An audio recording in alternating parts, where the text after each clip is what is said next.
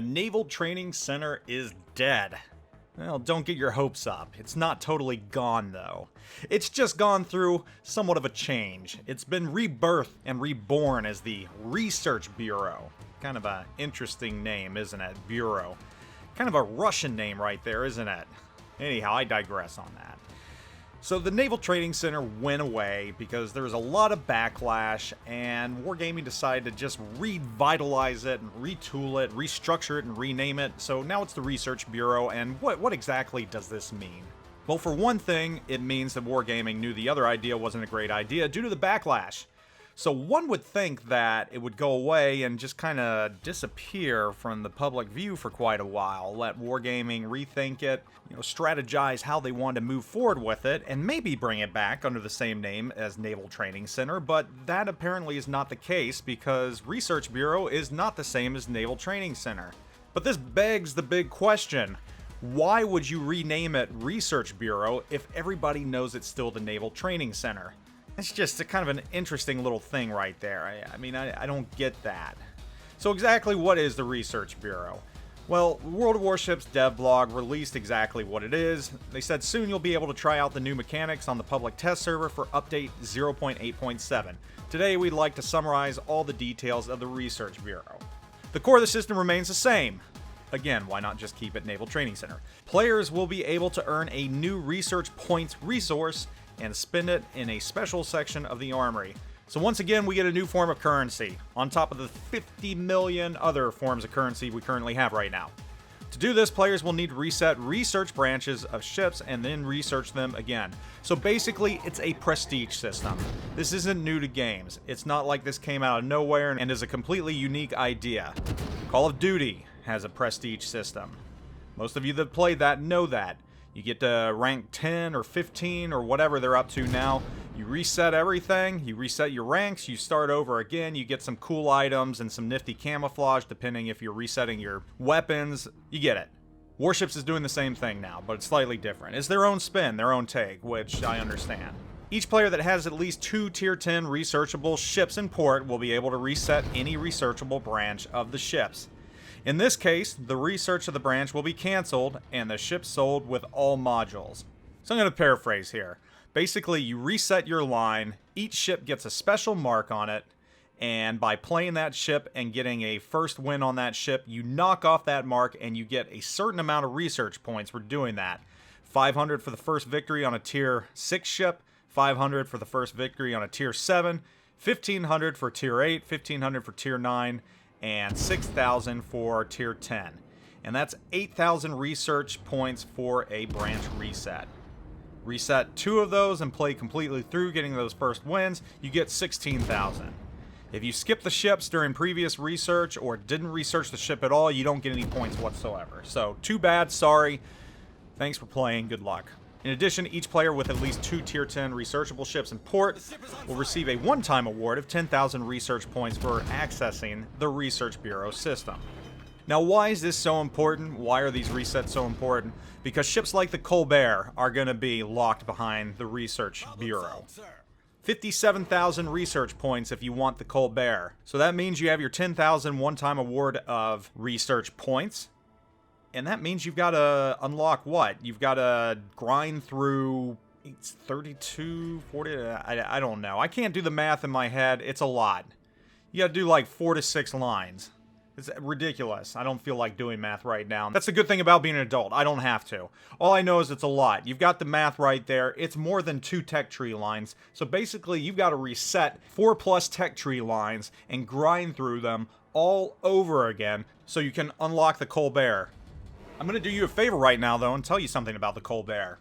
Don't worry, it's not the overpowered ship that you've heard it is, so you're not missing out if you don't get the Colbert. Sure, it's a psychological weapon, and a steady stream of HE is something to be feared, but it pretty much sinks when you sneeze on it. It's a one-trick pony, and that's it. So, I'd be more worried about not being able to get the Ohio, which I think is a better ship overall, and has a lot more usage to it.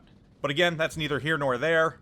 Moving on about the rewards, research points can be exchanged at the Armory in the Research Bureau section. Research Bureau tab will be available to the player in the Armory only after receiving its first research points.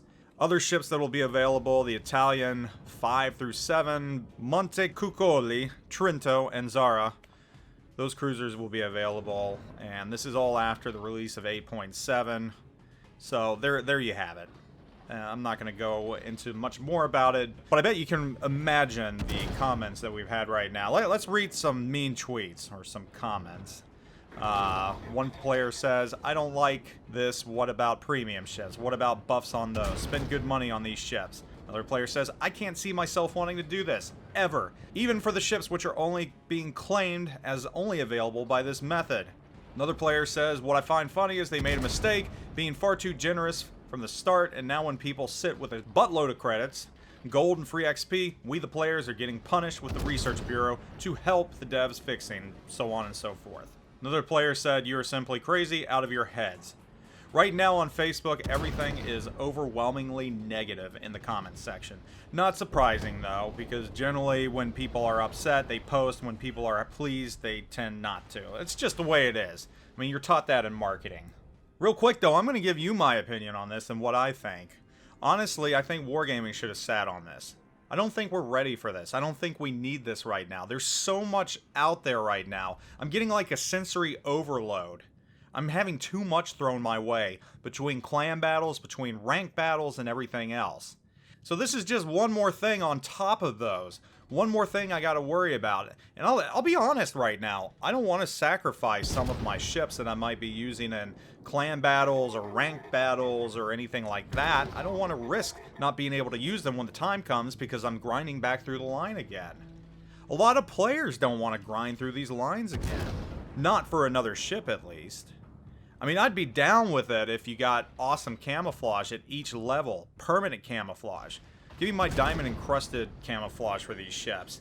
Let it shine, let it sparkle, I don't know. Create some cool camouflages or something. But even that, I don't think is enough to get players to want to do this. You're asking players to regress. It makes sense in a game like Call of Duty, which is fast-paced, which happens quickly, where you have double XP events where a player can basically prestige in a day. But in World of Warships, it takes time. Well, maybe less time now with all the different economies and flags and signals we have. But still, it takes time. It takes days. It's not just something you can do over the course of a few hours playing on Nuketown or something like that. You've got to actually get in and you've got to battle. And those battles take 20 minutes and they take time. So, again, I don't know how popular this is going to be, and I don't know if it was worth it. I don't think it was worth renaming the Naval Training Center the Research Bureau. That's just kind of silly in my opinion. That move doesn't make sense. I mean, if you do rename it, don't say that it's the new incarnation of the Naval Training Center. Just let that part die so players just think this is something new. But now, the Research Bureau will always have the negative connotation of being the Naval Training Center. It'll always have that following it, which isn't cool. So really, I mean, this might have been a good idea a little down the road, but it just feels like it's getting crammed down our throat at this point.